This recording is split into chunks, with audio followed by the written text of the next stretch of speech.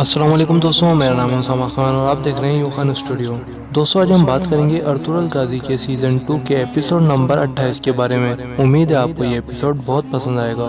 دوستوں، اس ایپیسوڈ کے آغاز میں آپ دیکھیں گے ارطغرل کے جانے کے بعد عالیہ خاتون سردار خوشنود سے کہتی ہیں کہ کیسے ارطغرل آپ کی آنکھوں میں آنکھیں ڈال کر آپ کو دھمکی دے کر گیا ہے، جس پر سردار خوشنود عالیہ خاتون سے کہتے ہیں سلطان علاء الدین مجھے کبھی بھی کونیا کی سرداری نہیں دے گا، جس پر عالیہ خاتون سردار خوشنود کو کہتی ہیں آپ کو سیاست کرنی ہوگی، میرا بھائی کونیا کے اندر اتنے وقت سے موجود ہے کیونکہ وہ سیاست میں ماہر ہے اور وہ چاہتا ہے کہ آپ کو کونیا کی سرداری ملے، اس لیے وہ محنت کر رہا ہے۔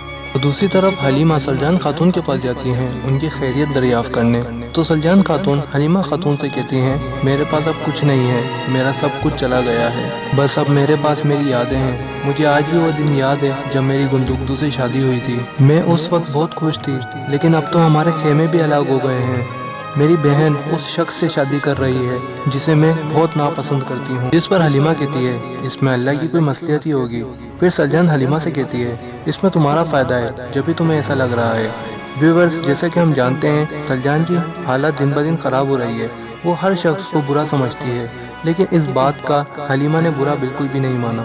دوسری طرف باچو نویان سے کہتا ہے اچھا تو وہ جاسوس صارم ہے، جس پر نویان کہتا ہے سلیمان شاہ کے تینوں بیٹوں کا قتل میں اپنے ہاتھوں سے کروں گا، انہوں نے میری زندگی جہنم بنا دی ہے، میں پورے کائی قبیلے کو جہنم واصل کر دوں گا۔ دوسری طرف ارطغرل ایک جگہ پر رک کر اپنے قافلے سے کہتا ہے تم یہیں رکو، میں ابھی آ رہا ہوں، اور وہ پھر ایک جنگل کی طرف نکل جاتا ہے۔ ارطغرل کو درخت کی ایک ٹہنی پر خط ملتا ہے جس پر لکھا ہوتا ہے اوکتائے خان چائنا پر جلد قبضہ کر لے گا، اس کے بعد وہ اناتولیا پر بھی حملہ کر دے گا۔ خط پڑھنے کے بعد ارطغرل چاروں طرف دیکھتے ہیں تو انہیں صارم دکھتا ہے۔ ارطغرل صارم سے کہتے ہیں تم جلد ہی شہادت پانے سے پہلے اپنے خاندان والوں سے ملو گے۔ اتنے میں آواز آتی ہے سب اپنی جگہ سنبھال لو، ہم پر حملہ ہو گیا ہے، ہم پر حملہ ہو گیا ہے۔ یہ سن کر صارم وہاں سے بھاگ جاتے ہیں اور ارطغرل واپس اپنے قافلے کی طرف جاتے ہیں۔